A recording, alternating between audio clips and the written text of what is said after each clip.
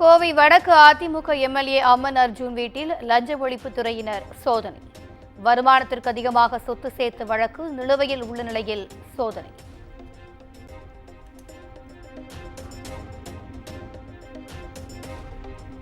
இலங்கையின் கைது நடவடிக்கையை கண்டித்து ராமநாதபுரம் மீனவர்கள் 2வது நாளாக வேலைநிறுத்த போராட்டம். 700க்கும் மேற்பட்ட படகுகள் நிறுத்தி வைக்கப்பட்டிருப்பதால் வெறிச்சோடி காணப்படும் மீன்பிடி துறைமுகம்.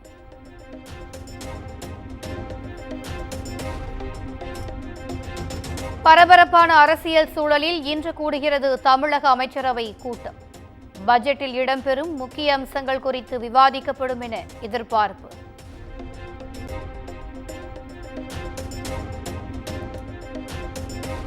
முதலமைச்சர் மு.க. ஸ்டாலினுடன் அரசு ஊழியர்கள் சங்கத்தினர் நடத்திய பேச்சுவார்த்தை தோல்வி. மாவட்ட தலைநகரங்களில் திட்டமிட்டபடி ஜாக்டோஜி அமைப்பினர் இன்று போராட்டம்.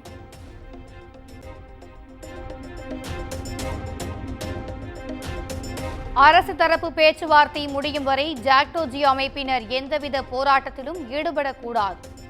உயர்நீதிமன்ற மதுரை அமர்வு உத்தரவு.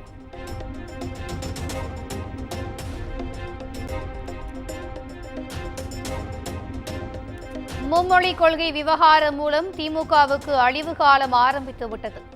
மத்திய இணையமைச்சர் எல். முருகன் ஆவேசம்.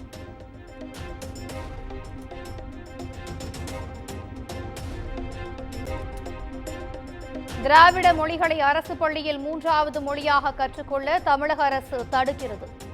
மற்ற மாநிலங்கள் மும்மொழி கொள்கையை ஆதரிக்கும் போது தமிழ்நாடு ஆதரிக்கும் என அண்ணா கூறவில்லையா எனவும் அண்ணாமலை கேள்வி.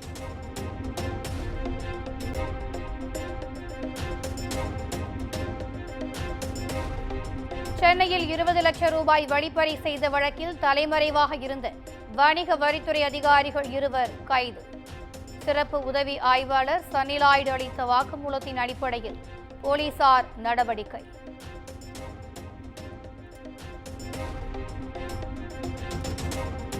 கோடநாடு கொலை வழக்கு 3 காவலர்கள் இன்று விசாரணைக்கு ஆஜராக சிபிசிஐடி போலீசார் சம்மன்.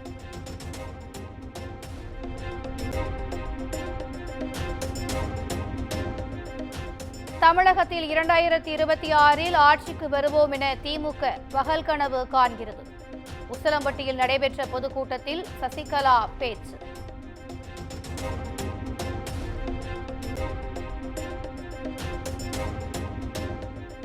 தூத்துக்குடி மாவட்டம் கோவில்பட்டியில் பாலியல் வன்கொடுமை வழக்கில் தேடப்பட்ட நபர் மீது துப்பாக்கிச் சூடு. போலீசாரை அரிவாளால் வெட்டிவிட்டு தப்ப முயன்ற நிலையில் அதிரடி.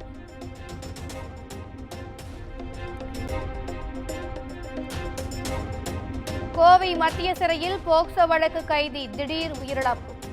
சிறையில் தொடரும் மரணங்களால் கைதிகள் பீதி.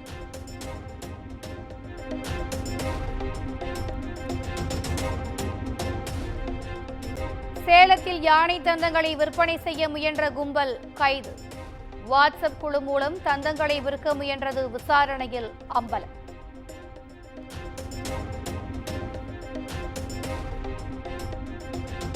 வேலூர் பாலாற்றில் நள்ளிரவில் மணல் கடத்தல். லாரியை சிறைபிடித்த மக்கள் கடத்தலுக்கு காவல்துறையினர் துணை போவதாக குற்றச்சாட்டு.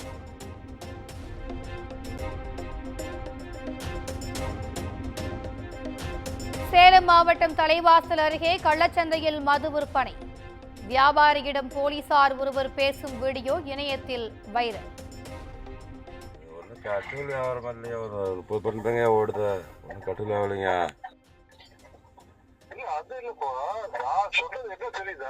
சரியா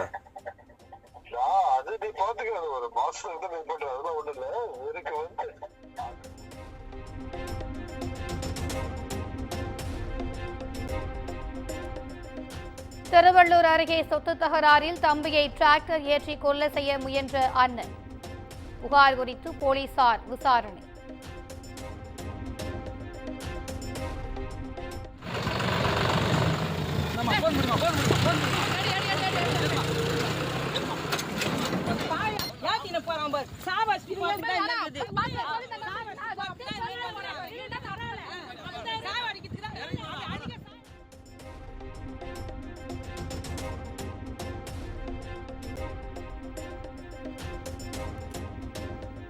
சேலம் மாவட்டம் ஆத்தூர் அருகே தந்தை வெட்டியதில் 2 குழந்தைகள் உயிரிழந்த சம்பவம்.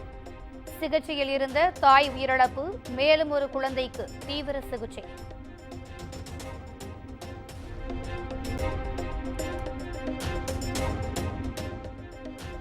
தஞ்சாவூர், திருவாரூர், நாகை உள்ளிட்ட 9 மாவட்டங்களில் வரும் 28ஆம் தேதி கனமழைக்கு வாய்ப்பு. சென்னை வானிலை ஆய்வு மையம் கணிப்பு.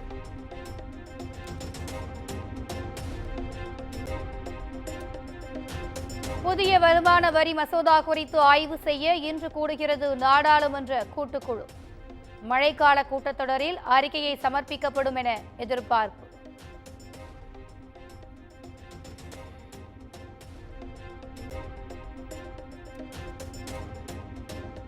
அசாம் மாநிலம் கவுகாத்தியில் நடைபெற்ற பாரம்பரிய கலை நிகழ்ச்சி. பிரதமர் மோடி முன்னிலையில் 9000 பழங்குடியின மக்கள் பாரம்பரிய நடனம். प्रधानमंत्री जी के साथ असम के माननीय मुख्यमंत्री डॉक्टर हिमंता बिस्वा शर्मा जी भी उपस्थित हैं। श्रद्धा भजन राइजों मोर अनुरोध।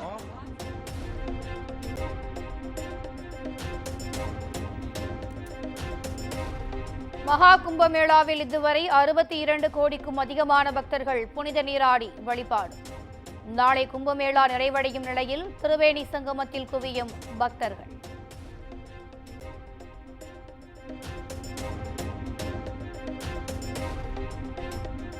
கேரளாவில் காதலி, பாட்டி, சகோதரன் என 5 பேரை கொலை செய்த இளைஞர் போலீசில் சரண்.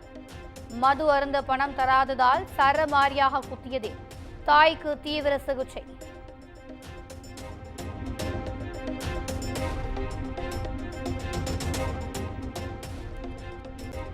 அமெரிக்காவில் அடுத்த 4 ஆண்டுகளில் $500 பில்லியன் மேல் முதலீடு செய்ய ஆப்பிள் நிறுவனம் திட்டம். சுமார் 20,000 புதிய வேலை வாய்ப்புகளை உருவாக்க இருப்பதாகவும் ஆப்பிள் நிறுவன CEO டிம் குக் அறிவிப்பு.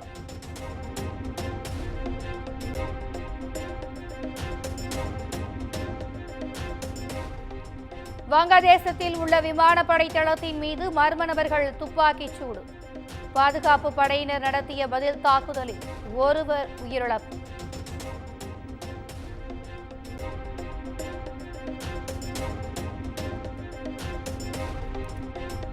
மேற்கு வங்க தலைநகர் கொல்கத்தாவில் இருந்து 340 கிலோமீட்டர் தொலைவில் வங்கக்கடலில் நில அதிர்வு. ரிக்டர் அளவில் 5.1 பதிவு.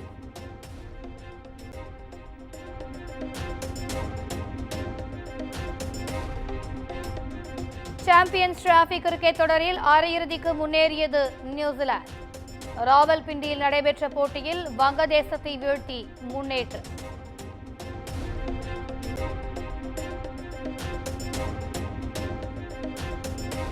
சாம்பியன்ஸ் டிராபியில் ஆஸ்திரேலியா, தென்னாப்பிரிக்கா அணிகள் இன்று பல பரீட்சை.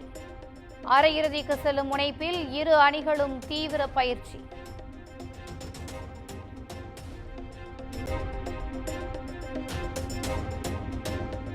மகளிர் பிரீமியர் லீக் கிரிக்கெட்டில் பெங்களூரு அணி அதிர்ச்சி தோல்வி. விறுவிறுப்பாக நடைபெற்ற ஆட்டத்தில் உபி வாரியர்ஸ் அணி சூப்பர் ஓவரில் வெற்றி.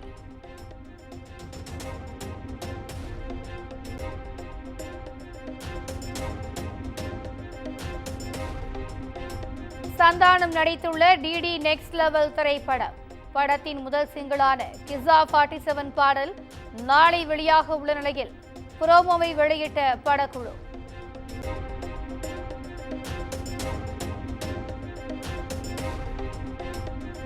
திரையரங்குகளில் வசூலை குவித்து வரும் பிரதீப் ரங்கநாதன் நடித்துள்ள டிராகன் திரைப்படம் 3 நாட்களில் 50 கோடி ரூபாய் வசூல் செய்திருப்பதாக தயாரிப்பு நிறுவனம் அறிவிப்பு.